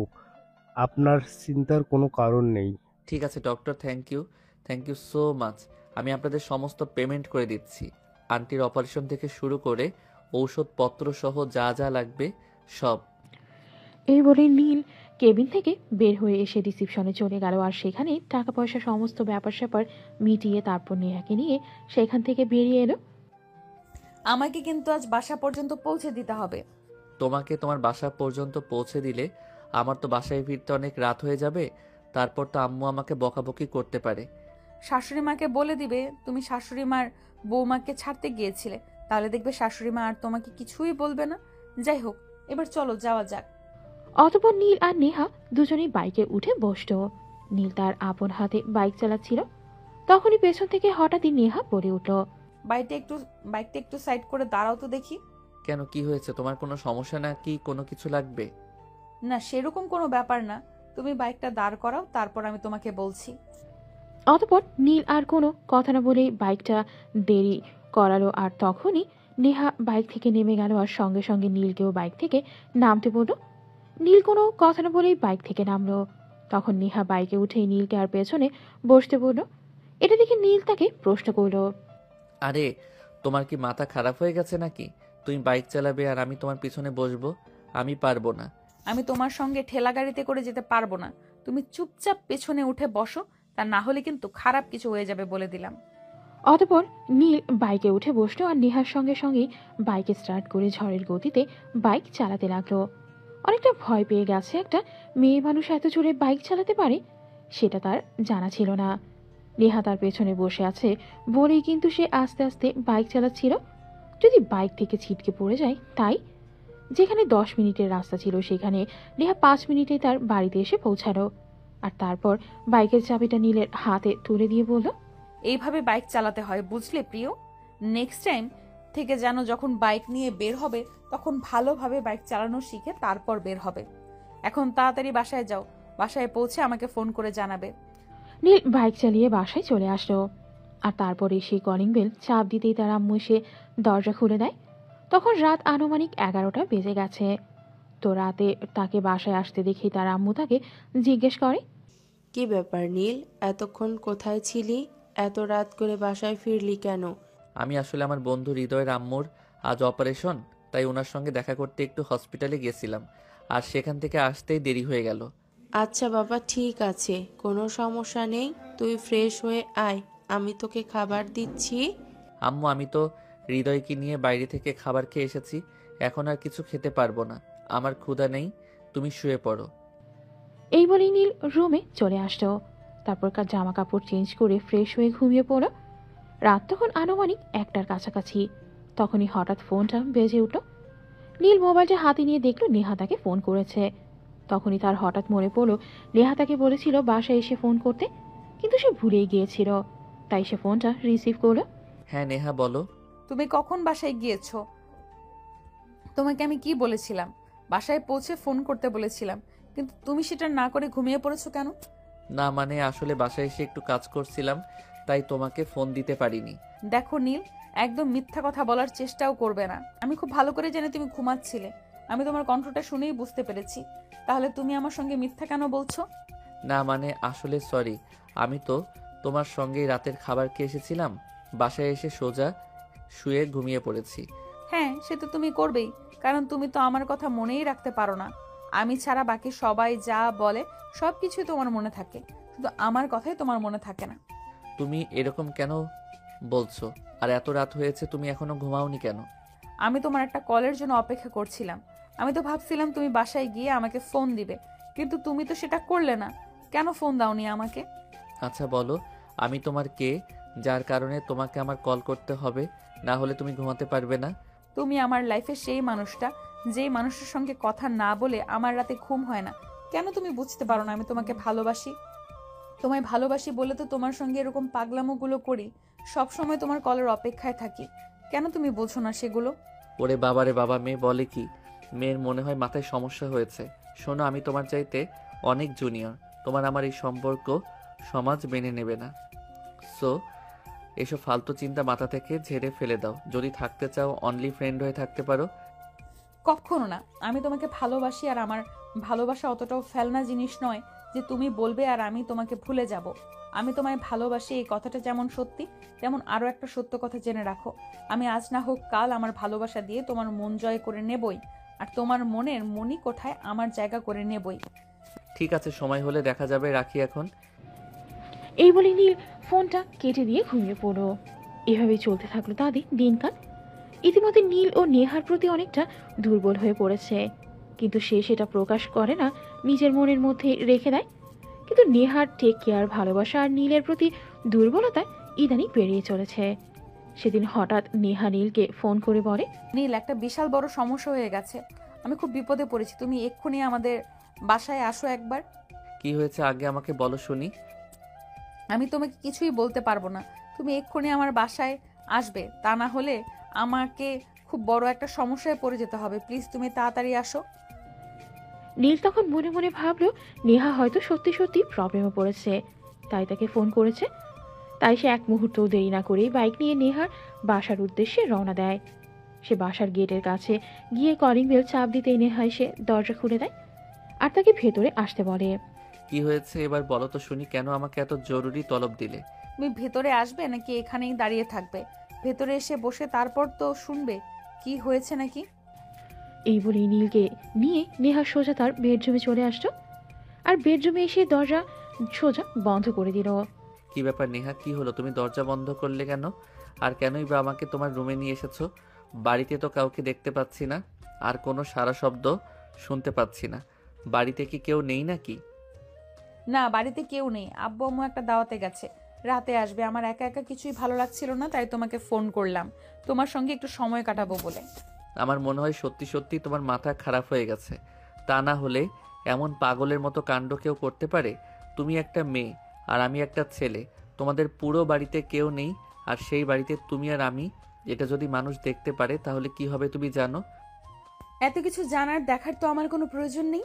আমি শুধু জানি আমি আমার ভালোবাসার মানুষটাকে যেইভাবেই হোক নিজের ঘরে পেতে চাই, ব্যাস এইটুকুই। অন্য কিছুই আমার জন্য কোনো দরকার নেই। ও আচ্ছা, এই ব্যাপার। আচ্ছা ঠিক আছে, তাহলে থাকো তুমি, আমি গেলাম। এই বলে নীল রুম থেকে বের হয়ে চলে যেতে চাইছিল, কিন্তু নেহা তাকে সেটা করতে না দিয়ে ধাক্কা মেরে বিছানার উপর ফেলে দিল আর সে সঙ্গে সঙ্গে নীলের বুকের উপর উঠে বসল। কি ভেবেছো তুমি? তুমি চলে যেতে চাইবে আর আমি তোমাকে চলে যেতে দেব? কখনোই না। আমি আমার মনের আশা পূরণ করেই ছাড়বো। আমি নেহা চৌধুরী, আমি চেয়ে পাইনি এমন কিছুই আমার লাইফে নেই। তোমাকে তো আমি এত সহজে হারিয়ে যেতে দেব না চান্দু। নেহা আপু প্লিজ, তুমি এরকম করবে না। দেখো আমরা মধ্যবিত্ত ফ্যামিলির মানুষ, আমাদের কাছে নিজের মান সম্মানটাই সবার আগে। তাই আমি তোমাকে রিকোয়েস্ট করে বলছি, প্লিজ আমার বুকের উপর থেকে নামো আর আমাকে যেতে দাও। চুপচাপ শুয়ে থাকো আর আমাকে আমার মতো কাজ করতে দাও।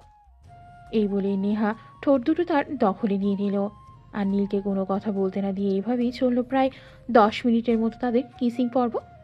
প্রথমে নীল নেহার সঙ্গে অনেক জোর জবরদস্তি করে নিজেকে ছাড়িয়ে নিতে চাইলেও পরে আর সেটা সক্ষম হয়ে উঠল না, কারণ হাজার হোক নীল একটা ছেলে আর নেহা একটা মেয়ে এবং দুজনেই পূর্ণবয়স্ক।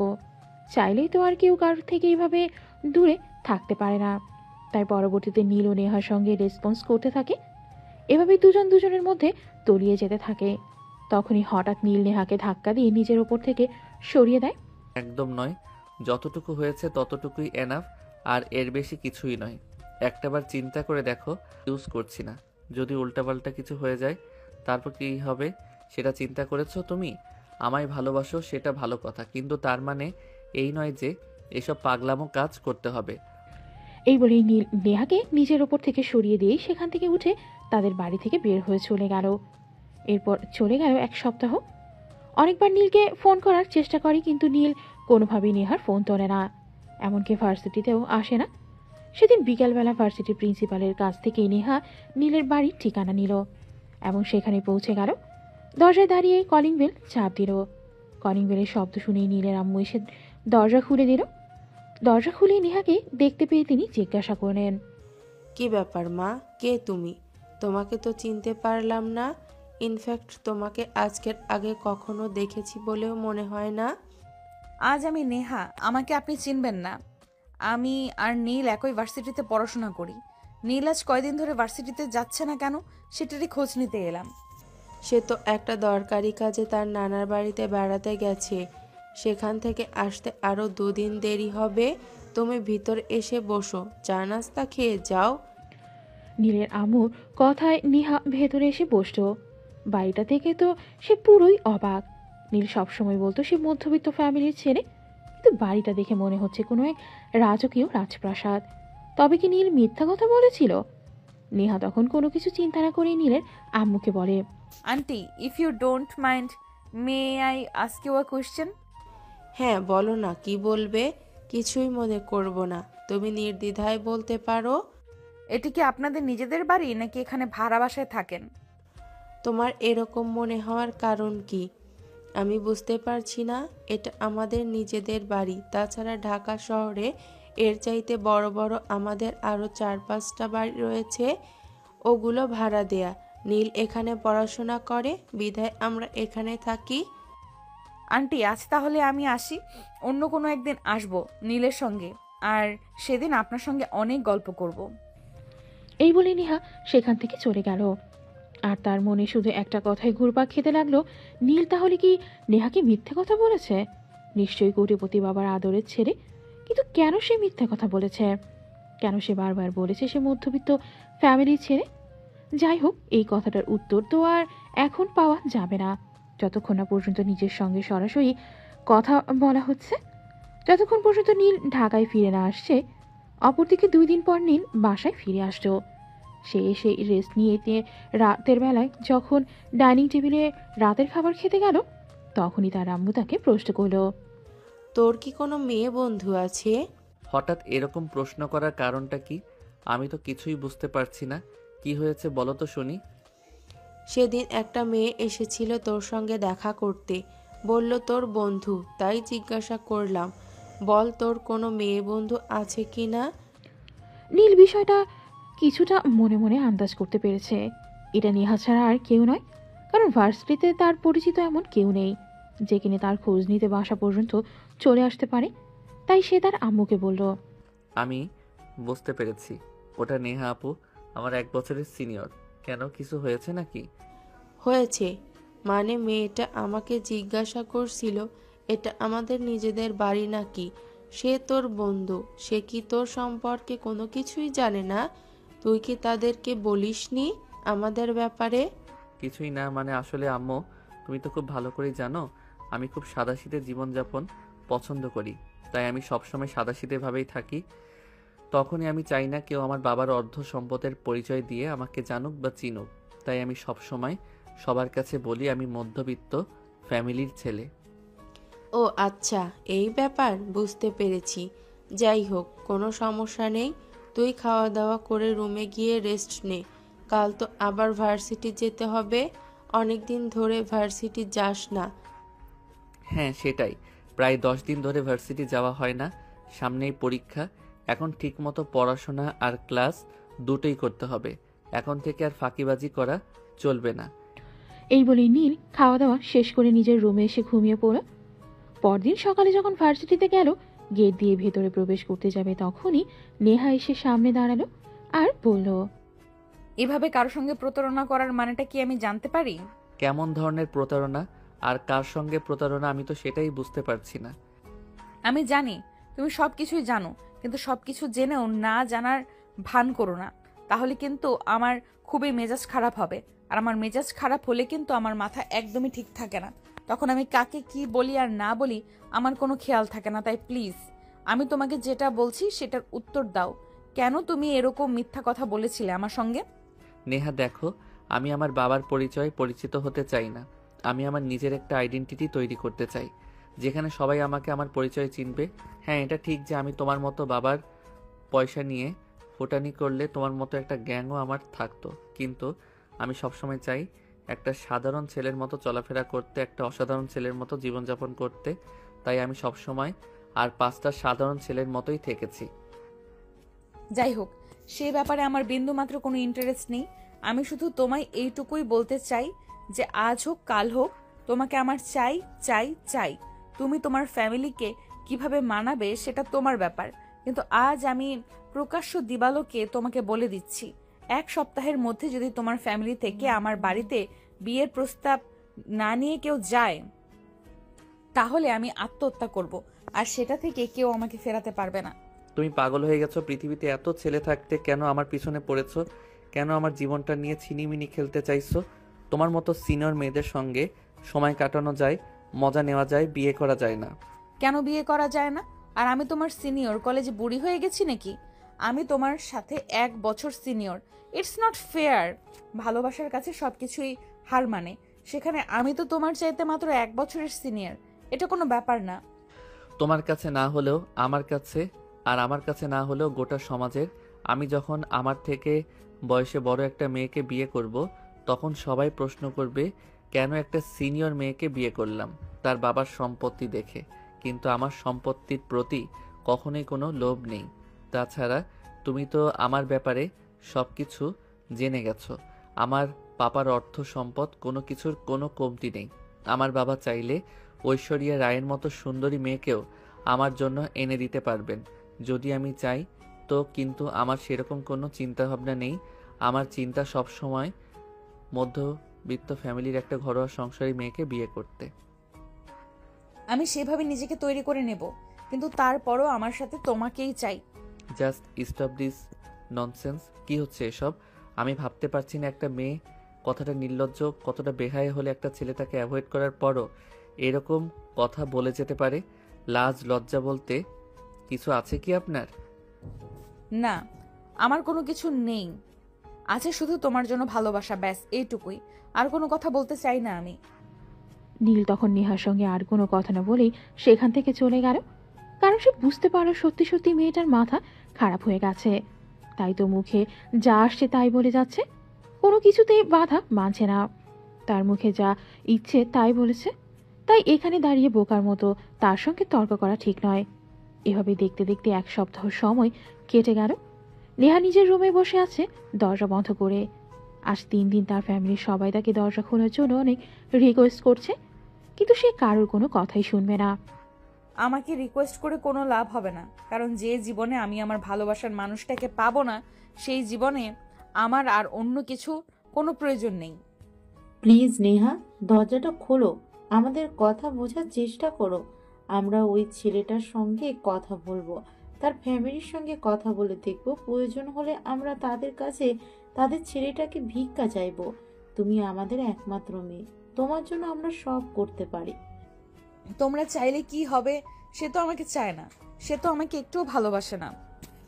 সে যদি ভালোবাসতো তাহলে এই 1 সপ্তাহের মধ্যেই সে কিছু একটা করতো। কিন্তু আমি জানি একটা সিনিয়র মেয়ের সঙ্গে কখনো একটা জুনিয়র ছেলে তার সম্পর্ক মেনে নেয় না। কিন্তু নেহা, তুমি দয়া করে এরকমটা করো না। তুমি কেন একটা ছেলের জন্য নিজের জীবনটা নষ্ট করতে যাবে? ছেলেটা যখন তোমাকে ভালোবাসে না, তখন তুমি কেন তার ভালোবাসা বুকে নিয়ে নিজেকে কষ্ট দিচ্ছ?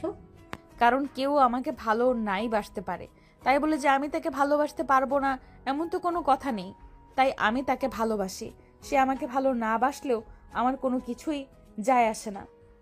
ভালোবাসতে হলে আমার ভালোবাসতে হলে তোমাকে বেঁচে থাকতে হবে, খাওয়া দাওয়া করতে হবে, নিজেকে ভালো রাখতে হবে। তুমি যদি এইসব কিছু করে নিজেকে শেষ করে দাও, তাহলে কি তুমি তোমার ভালোবাসা পেয়ে যাবে? কখনোই না, বরং তুমি নিজেই নিজের ভালোবাসাকে হত্যা করবে। আমাকে জ্ঞান দিয়ে কোনো লাভ নেই। আমি যেটা সিদ্ধান্ত নিয়েছি আমি সেটাই করব। আমি যদি আমার ভালোবাসার মানুষটাকে না পাই, তাহলে আমি আমার এই জীবন রাখবো না, মরে যাব আমি। এই বলে নেহা কোনোভাবে দরজা খুলছে না। এটা দেখে তার ফ্যামিলি তার বন্ধুদের সঙ্গে যোগাযোগ করে এবং এই বিষয়টা কি হয়েছে সেটা জানার চেষ্টা করে। তখনই নেহার একটা বান্ধবী নীলকে ফোন দেয়, এমন সমস্ত বিষয়টা জানায়। সবকিছু শুনে নীল সেখানে ছুটে আসে আর নেহার রুমে চলে যায়। কি ব্যাপার? এসব পাগলামোর মানে কি? আমি তো তোমাকে বলেছি আমি তোমাকে বিয়ে করতে পারবো না, তারপরও কেন এমন পাগলামো করছো আমাকে বিয়ে করতে বাধ্য করবে বলে? না, তোমাকে বাধ্য করার কোনো ইচ্ছে আমার নেই। যেখানে তুমি আমাকে ভালোবাসবে না সেখানে কেন আমি তোমাকে বাধ্য করতে চাইবো? ভালোবাসা কখনো জোর করে হয় না, সেটা আমি খুব ভালো করেই জানি। তাই আমি তোমার কাছ থেকে জোর করে ভালোবাসা আদায় করতে চাই না। তুমি যদি ভালোবাসতে তাহলে নিজের থেকে এসে আমাকে ভালোবাসার কথা বলতে, কিন্তু তুমি সেটা করোনি। হ্যাঁ সেটাই তো আমি তোমাকে বলতে চাইছি। তাহলে তুমি কেন নিজের জীবন নষ্ট করতে চাইছো? কেন নিজেকে শেষ করে দিতে চাইছো? কি লাভ নিজেকে শেষ করে দিয়ে? ভালোবাসা কখনো লাভ লসের হিসেব করে হয় না। ভালোবাসা জাস্ট হয়ে যায় যে কারোর সাথে। ভালোবাসতে হলে একটা ভালো মন প্রয়োজন, আর ভালোবাসার মতো একটা সঠিক মানুষের প্রয়োজন। হ্যাঁ, আমি তোমাকে সেটাই বোঝাতে চাইছি যে কারো জন্য নিজের জীবনটা নষ্ট করে দেওয়ার কোনো প্রয়োজন নেই। আগে তো নিজেকে ভালোবাসা, তারপর অন্য একজনকে ভালোবাসার চেষ্টা করো। আমি নিজেকে যথেষ্ট ভালোবাসি এবং যথেষ্ট ভালোবাসতাম, কিন্তু যেখানে এই ভালোবাসাকে পরিপূর্ণত্ব দিতে হলে আরও একজন মানুষ প্রয়োজন, সেই মানুষটা যদি আমাকে ভালো না বাসে তাহলে কি লাভ আমার এই জীবন রেখে? বাই দ্য ওয়ে, তুমি এখন কেন এখানে এসেছো? তুমি তো বলেছিলে তুমি আমাকে ভালোবাসো না। আমার মন চেয়েছে তাই আমি এসেছি। কেন, তার কৈফিয়ত তোমাকে দিতে হবে নাকি? হ্যাঁ, অবশ্যই আমার কাছে কৈফিয়ত দিতে হবে, কারণ এই বাড়িটা আমার। এখানে তুমি আসলে তো আমার কাছে তোমাকে কৈফিয়ত দিতেই হবে। বলো কেন এসেছো? তোমার এসব পাগলামো আর সহ্য করতে পারছিলাম না, তাই আমাকে এখানে আসতে হলো। তুমি কেন আমার মতো একটা ছেলের জন্য নিজের জীবনটা নষ্ট করতে যাবে? বিকজ ভালোবাসা এরকমই। Please Neel, leave me. I love you Neel, I really love you and I can die for you. আমি সত্যি বলছি, আমি তোমাকে না পেলে নিজেকে শেষ করে দিব। এই জীবন আমার চাই না। ঠিক আছে, আমি মেনে নিলাম তোমাকে, আমার ফ্যামিলিকে আমার যেভাবে মানাতে হয় আমি মানিয়ে নিব। কিন্তু তোমার ফ্যামিলিকে তুমি কি করে মানাবে? আর সমাজের মানুষের কথা না হয় বাদই দিলাম, সমাজে তুমি মুখ দেখাতে পারবে আমার মতো একটা ছেলেকে বিয়ে করলে? কিসে তখন থেকে তোমার মতো করে বলে যাচ্ছ? কি নেই তোমার মধ্যে বলো? টাকা পয়সা, অর্থ সম্পদ, প্রাচুর্য, যা থাকার প্রয়োজন সবকিছুই আছে। তাহলে কেন তোমাকে আমার ফ্যামিলি বা সমাজ মেনে নেবে না? আমি তোমার চাইতে বয়সে ছোট, সবাই মনে করবে আমি আমার চাইতে বয়সে বড় একটা মেয়েকে বিয়ে করেছি তার বাবার অর্থ সম্পদ আর প্রাচুর্য দেখে। কিন্তু আমার ব্যাপারে যে কোনো কিছুর কম, তিনি সেটা সমাজের মানুষ দেখবে না। তাছাড়া তুমি হাই প্রোফাইল লাইফ এনজয় করতে অভ্যস্ত, কিন্তু আমি সেটাতে অভ্যস্ত নই। আমি সাদাসিধে জীবনযাপন পছন্দ করি, তুমি সেটাতে থাকতে পারবে না। পারবো না কেন? অবশ্যই পারবো। আমাকে পারতেই হবে, কারণ আমি তোমায় ভালোবাসি, আর ভালোবাসার জন্য আমি সব করতে পারি। I can do everything because I love you. এই বলেই নেহা নীলকে জড়িয়ে ধরে পাগলের মতো কিস করতে থাকলো। আর নিজেকে কোনোভাবে কন্ট্রোল করতে না পেরে নীলও তার সঙ্গে রেসপন্স করতে শুরু করলো। এভাবেই চলে গেল প্রায় আধা ঘন্টার মতো সময়, কিন্তু সেদিকে তাদের কারোরই কোনো কেয়ার নেই। আরও বেশ কিছুক্ষণ পর দুজনকে ছেড়ে দিয়ে বসলো, আর তারপর নেহা বলতে লাগলো, প্লিজ নীল, তুমি আমার কথা তোমার ফ্যামিলিতে জানাও আর আমাকে তোমার কাছে নিয়ে যাও। তোমাকে ছাড়া আমি থাকতে পারছি না। আমার নিঃশ্বাস বন্ধ হয়ে আসছে, মনে হয় আমি এই বুঝি মরে গেলাম। ঠিক আছে, আমি তাই করব, কিন্তু তোমাকে একটা কাজ করে দিতে হবে। তুমি আমাকে যা বলবে তাই করব। আমি তোমার জন্য সবকিছু করতে পারি। বলো আমাকে কি করতে হবে। তুমি যদি বলো তোমার কারণে আমাকে নিজের জীবনটা দিয়ে দিতে হবে, আমি তাতেও প্রস্তুত। সেরকম কিছুই করতে হবে না তোমাকে। আসলে আমার বন্ধু হৃদয়, তাকে তো চেনো, সে একটা মেয়েকে পছন্দ করে, আর ওই মেয়েটা আমাদের ভার্সিটিতে আমাদের ক্লাসে পড়ে। ওই মেয়েটাকে একটু হৃদয়ের সঙ্গে ব্যবস্থা করে দিতে হবে। ঠিক আছে, তুমি কোনো চিন্তা করো না, এটা আমার জন্য কোনো ব্যাপারই নয়। আমি ভার্সিটির প্লে গার্ল, আর ক্যাম্পাসে আমার কথা কেউ শুনবে না এরকম কেউ হতেই পারে না। জাস্ট 2 মিনিটের ব্যাপার। 2 মিনিটের মধ্যে যদি আমি ওই মেয়েটাকে তোমার বন্ধুর প্রেমে রাজি করাতে না পারি, তাহলে আমার নাম নেহা নয়, আর আমি নিজেই তোমাকে ছেড়ে দেব। অতপর নীল কথা বলা শেষ করে বাসায় চলে আসলো। আর বাসায় এসেই সঙ্গে সঙ্গে সে হৃদয়কে ফোন দিল আর সবকিছু খুলে বলল। সবকিছু শুনে হৃদয় নিজে থেকেই বলল, সত্যি দেখ, তোর মতো বন্ধু পাওয়া আমার 7 জন্মের ভাগ্য। আমি সত্যিই বলছি, আমি মনে হয় আগের জন্মে কোনো পুণ্য করছিলাম, যার বিনিময়ে তোকে আমি আমার বন্ধু হিসেবে পেয়েছি। বাদ দে, এখন বল আন্টির খবর কি? আন্টির শরীর কেমন আছে? আলহামদুলিল্লাহ, অনেকটা ভালো আছে। কথা বলবে আমার সঙ্গে? ফোন আম্মুর কাছে দিব? হাতে ফোনটা আন্টির কাছে দে, অনেকদিন হলো আন্টির সঙ্গে কোনো কথা বলা হয় না। আন্টির কাছে ফোনটা দে, আন্টির সঙ্গে একটু কথা বলি। হৃদয় তখন তার আম্মুর কাছেই ফোনটা দিল।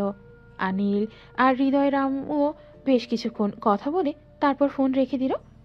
এরপর দিন সকালবেলা হৃদয় আর নীল একসঙ্গেই ভার্সিটিতে আসতো। আর তো আর কিছুক্ষণ পর নেহা ভার্সিটিতে আসতো। নেহা ভার্সিটিতে এসেই ওই মেয়েটার কাছে গেল আর বলল, কিরে রিমি, তোর সঙ্গে একটু কথা বলার ছিল, দেখি ফ্রি আছিস? আরে নেহা আপু, হ্যাঁ বলুন না কি বলবেন, আমি ফ্রি আছি। তোকে আমার ছোট ভাই পছন্দ করে, তুই তার সঙ্গে রিলেশন করবি, এটা আমার অর্ডার। আমি সরি আপু, এটা আমি পারবো না। বিকজ আমি একটা ছেলেকে ভালোবাসি, তার সঙ্গে আমার 2 মাসের সম্পর্ক। এখন আমি তাকে ছেড়ে কিভাবে অন্য একটা ছেলের সঙ্গে সম্পর্ক করব? তুই খুব ভালো করে জানিস এই ক্যাম্পাসে শুধুমাত্র আমার কথা চলে, আমি কারোর কথায় চলি না। তাহলে তুই এই কথাটা আমাকে বলার সাহস কি করে পেলি? তুই আজ থেকে সম্পর্ক করবি, এটাই আমার শেষ কথা। আর হৃদয় ক্যাম্পাসের পেছনে যে ফুচকার দোকানটা আছে ওইখানে তোর জন্য ওয়েট করছে, তাই এক্ষুনি ওকে গিয়ে প্রপোজ করবি। কিন্তু আপু, আমি যে একটা ছেলেকে ভালোবাসি, তার কি হবে? সে যদি জানতে পারে আমি তার সঙ্গে সম্পর্ক রেখে অন্য একটা ছেলের সঙ্গে সম্পর্ক কন্টিনিউ করছি, তাহলে তো সে আমার লাইফটা বরবাদ করে দেবে। তাছাড়া তুমি হয়তো তাকে চেনো, সে এই ভার্সিটির সিনিয়র ক্লাসের ছেলে।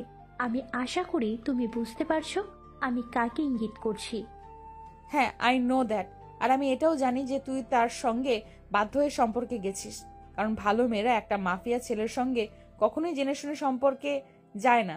যাই হোক, তুই চিন্তা করিস না, ওটা আমি সামলে নেব, কারণ ও তোকে সত্যি ভালোবাসে না, তোর সঙ্গে টাইম পাস করে মজা নেওয়ার জন্য।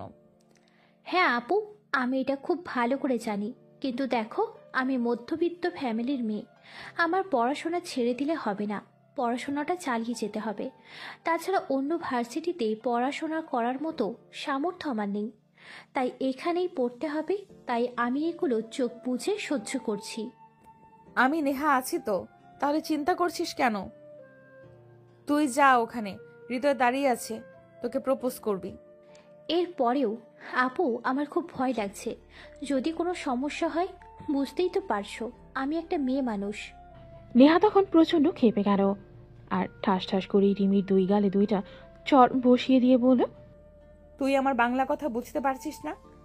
তোকে না আমি একবার বলছি, যা আগে আমি দেখে নেব। তুই এক্ষুনি হৃদয়কে গিয়ে প্রপোজ করবি, তারপর বাকিটা আমি বুঝবো। তোকে এত কথা বলতে বলেছি আমি? ঠিক আছে আপু, আমি যাচ্ছি। প্লিজ তুমি আমার পাশে থেকো, না হলে আমার লাইফটা বরবাদ হয়ে যাবে। এই বলে রিমি সেখান থেকে চলে গেল। আসলে সেও মনে মনে হৃদয়কে একটু একটু পছন্দ করত, কারণ হৃদয় যথেষ্ট ভদ্র এবং সুদর্শন একটা ছেলে। ভার্সিটির পেছন সাইডের ফুচকার দোকানটায় গিয়ে দেখলো হৃদয় তার পাশেই দাঁড়িয়ে অপেক্ষা করছে। সে আসার সময় ভার্সিটির বাগানের ফুল গাছ থেকে একটা গোলাপ ছিঁড়ে এনেছিল, আর সেটা দিয়ে হৃদয়কে সে প্রপোজ করে। হৃদয়, আমি তোমাকে পছন্দ করি আর ভালোবাসি, কিন্তু কোনো একটা নির্দিষ্ট কারণে সেটা তোমাকে বলা হয়ে ওঠেনি। কিন্তু আজ নেহা আপুর কারণে সাহস করে তোমার কাছে বলতে এলাম, আই লাভ ইউ হৃদয়। হৃদয়ের মনে তো তখন খুশি নাচ করতেছে। সে কি করবে আর কি বলবে ভেবে পাচ্ছে না। রানী আহার ক্ষমতা ভার্সিটির ক্যাম্পাসে এতটাই প্রবল সে বুঝতেই পারেনি। নিহার ছোট্ট একটা কথাই এই রিমি তাকে প্রপোজ করতে চলে আসতো। হৃদয় তখন আর কোনো দেরি না করে রিমির প্রপোজালটা অ্যাকসেপ্ট করে নিল। Love you too. আমিও তোমায় ভালোবাসতাম, কিন্তু তোমার সামনে দাঁড়ানোর সাহসটা আমার হয়ে ওঠেনি, কারণ আমি জানতাম তুমি এই কলেজের সিনিয়র একটা ছেলের সঙ্গে সম্পর্কে আছো। কিন্তু ভালোবাসা তো আর বাধা মানে না, তাই হয়তো আমি এক তরফায় এতদিন তোমায় ভালোবেসে গেছি, কিন্তু সেটা প্রকাশ করতে পারিনি। হ্যাঁ, আজ থেকে আর একতরফা ভালোবাসতে হবে না, আজ থেকে আমিও তোমাকে ভালোবাসি। আর সবটাই সম্ভব হয়েছে নেহা আপুর জন্য। নেহা আপু সত্যি অনেক ভালো একটা মানুষ। হ্যাঁ, তুমি সত্যি কথাই বলেছো নেহা। আপুর মতো মানুষ হয় না। দেখতে যদিও একটু গুন্ডা গুন্ডা টাইপের, কিন্তু তার মনটা অনেক ভালো। মানুষকে খুব ভালোবাসতে পারে আর ভালোবাসার জন্য সব কিছু করতে পারে। এই যে তোমাকে আমার করে এনে দিল। মানে বুঝতে পারলাম না, ভালোবাসার জন্য আমাকে তোমার কাছে এনে দিল কেন? মানে তুমি কিছুই জানো না? নেহা আপু আমার বন্ধু নীলকে ভালোবাসে, কিন্তু নীল সেটা মেনে নিতে চায়নি। সে শর্ত দিয়েছিল যদি তোমাকে আমার প্রস্তাবে রাজি করাতে পারে তাহলে সে নেহা আপুর প্রস্তাব মেনে নিবে। ব্যাস এতটুকুই ছিল। এই কথা বলেই হৃদয় রিমিকে নিজের কাছে টান দিয়ে নিয়ে গেল আর রিমির কপালে আলতো করে একটা ভালোবাসার পরশ এঁকে দিয়ে তাকে বুকের সঙ্গে জড়িয়ে ধরল। রিমিও তাকে শক্ত করে জড়িয়ে ধরে তার বুকে মাথা রেখে তার নিঃশ্বাসের শব্দ শুনছিল। এদিকে তো হৃদয় আর রিমির প্রেমের গল্প শুরু হয়ে গেল। তা ভিউয়ার্স, চলুন ওদিকে থেকেই কি চলছে নীলের আর নেহার মধ্যে। সেদিন রাতের বেলা নেহা নীলকে ফোন দেয়। আমি তো তোমার দেওয়া শর্ত রেখেছি, রিমি হৃদয়ের সম্পর্ক তৈরি করে দিয়েছি, এবার তুমি নিশ্চয়ই আমাকে আর কোনো অজুহাত দেখাবে না, আমাকে বউ বানিয়ে তোমার বাড়িতে নিয়ে যাবে। জাস্ট 1 সপ্তাহ ওয়েট করো। 1 সপ্তাহের মধ্যে আমি তোমাকে আমার বাড়িতে বউ বানিয়ে আনবো, কারণ আমি বুঝতে পেরেছি তুমি সত্যি আমাকে ভালোবাসো আর আমাকে কাছে পাওয়ার জন্য তুমি সব কিছুই করতে পারো। তাই আমি আর দেরি করব না। এরপর দুজনে আরো বেশ কিছুক্ষণ প্রেমালাপ করে ফোনটা কেটে দিল। এভাবে দেখে দেখে 1 সপ্তাহ সময় কেটে গেল। নীল তার ফ্যামিলিকে জানিয়ে সবাইকে অনেক কষ্ট করে রাজি করিয়ে তারপর নেহাকে তার ঘরের বউ বানিয়ে নিয়ে এসেছে। আজ তাদের বাসরাত। নেহা বাসর ঘরে বসে নীলের জন্য অপেক্ষা করছে। এদিকে তাদের বিয়েতে তাদের ভার্সিটির সমস্ত বন্ধুরা উপস্থিত ছিল। রিমি আর তার বন্ধুরা মিলেই নীলের জন্য বাসর ঘর সাজিয়েছে, আর তাই জন্য তারাও বাসর ঘরে অপেক্ষা করছে কখন নীল আসবে, আর তারা একটু আনন্দ উল্লাস করে সেখান থেকে চলে যাবে। দেখতে দেখতে প্রায় রাত 11টার মতো বাজে। তখনই হৃদয় আর তার অন্য বন্ধুরা মিলে নীলকে আর নিয়ে আসতো। কি ব্যাপার রিমি, তোমরা এখনো রুমে কি করছো? তোমরা জানো না আজ নীল আর নেহার বাসর রাত, সেখানে তারা দুজন থাকবে, কিন্তু তোমরা কেন? বারে, আমরা এত কষ্ট করে তোমাদের জন্য বাসর ঘর সাজালাম, আমাদের বুঝি কোনো কষ্ট হয়নি? আমাদেরকে একটু পারিশ্রমিক দিতে হবে না? তার জন্যই তো এখন এখানে বসে আছি। তোমাদের আবার কিসের পারিশ্রমিক? যা জিনিসপত্র আনা হয়েছে সবকিছু তো নীলের নিজের টাকাতেই আনা হয়েছে, যে তাহলে তোমাদেরকে কেন পারিশ্রমিক দিতে হবে? আরে দোস্ত, তুইও না একটু বুঝিস না। রিমি, এই নাও, এখানে 1 লক্ষ টাকা আছে। এটা দিয়ে তোমরা পার্টি করো আর আমাদের জন্য দোয়া করো, যেন সুখী দম্পতি হিসেবে তোমাদের মাঝে উদাহরণস্বরূপ হয়ে থাকতে পারি। হ্যাঁ নীল ভাইয়া, আপনার জন্য আর নেহা আপুর জন্য অনেক অনেক শুভকামনা। আপনারা পৃথিবীর শ্রেষ্ঠ দম্পতি হয়ে উঠুন। অনেক অনেক ভালোবাসা আর শুভকামনা রইল আপনাদের জন্য। এই বলে রিমি আর অন্য সবাই রুম থেকে বের হয়ে চলে গেল। অপরদিকে হৃদয় তখনও সেখানে দাঁড়িয়ে আছে। নীল হৃদয়ের কাছ থেকে বিদায় নিল। দোস্ত, আজ তাহলে এই পর্যন্তই রইল। তবে আমার একটা দাবি আছে, তোর বিয়েটাও কিন্তু খুব তাড়াতাড়ি সেরে নিতে হবে, কারণ সবার মাঝে আমি একা কাপল থাকলে ভালো লাগবে না। ঠিক আছে দোস্ত, তুই কোনো চিন্তা করিস না, আমি দেখছি যত দ্রুত সম্ভব রিমিকে আমার বাড়িতে নিয়ে আসবো। কিন্তু দোস্ত, আমি তো এখন স্টুডেন্ট, বিয়ে করে বউকে কি খাওয়াবো বল? ধুর, তুই আর মানুষ হলি না। তোকে কি বলেছি তোর সংসার নিয়ে চিন্তা করতে হবে? তোর সংসারের সমস্ত দায়িত্ব আমার। আমি এখন থেকে প্রতি মাসে তোকে 50,000 টাকা দেব। আশা করি এটা দিয়ে তুই খুব ভালোভাবে চলে যেতে পারবি। না রে দোস্ত, তুই আমার জন্য অনেক করেছিস, আর তোর কাছে ঋণী হতে চাই না, প্লিজ। ইস রে আইসা, আমার ঋণদাতা। আমি কি তোরে কোনোদিনও বলছি আমাকে এগুলো ফেরত দিতে হবে? তুই আমার বন্ধু আর আমার বেস্ট ফ্রেন্ড। তোর জন্য আমি সব কিছুই করতে পারি, আর এইটুকু করতে পারবো না? তাছাড়া আমার বাবার টাকা পয়সা এত কম নয় যে তোকে কিছু দিলে সেটা ফুরিয়ে যাবে। তুই আমার বেস্ট ফ্রেন্ড, তুই আমার কলিজা। তোর জন্য আমি সব করতে পারি রে। আচ্ছা দোস্ত, ঠিক আছে, এসব কথা বাদ দিয়ে এখন রুমের জন্য নেবে। আচ্ছা ঠিক নেবে। আচ্ছা দোস্ত, ঠিক আছে, এসব কথা বাদ দিয়ে এখন রুমে যা। হ্যাঁ, আপু অনেকক্ষণ ধরে তোর জন্য অপেক্ষা করছে। তবে দোস্ত, আজকে রাতের আপডেট চাই কিন্তু। না মানে, সামনে তো আমাদেরও দিন আসছে। তোর তো সিনিয়র বউ, পেলে অভিজ্ঞতা, কিন্তু আমারটা তো আরও অভিজ্ঞতা নয়। আমি এখান থেকে নাকি চর দিয়ে সবকটা দাঁত ফেলে দেব? ফাজিল কোথাকার। এই বলতেই হৃদয় দৌড়ে সেখান থেকে চলে গেল। আর নীল রুমের দরজা বন্ধ করে নেহার কাছে চলে আসলো। তারপর কি হলো সেটা না হয় আর বলার প্রয়োজন নেই, সবাই তো জানি বাসর ঘরে কি হয় না হয়, এটা তো আর আলাদা করে বলতে হয় না। তো ভিউয়ার্স, চলুন আমরা এবার বিদায় নেই। তারা না হয় তাদের মতোই ভালোবাসার নতুন স্বপ্ন বুনুক। গল্পটা এ পর্যন্তই ছিল। সবাই ভালো থাকবেন, সুস্থ থাকবেন। আল্লাহ হাফেজ।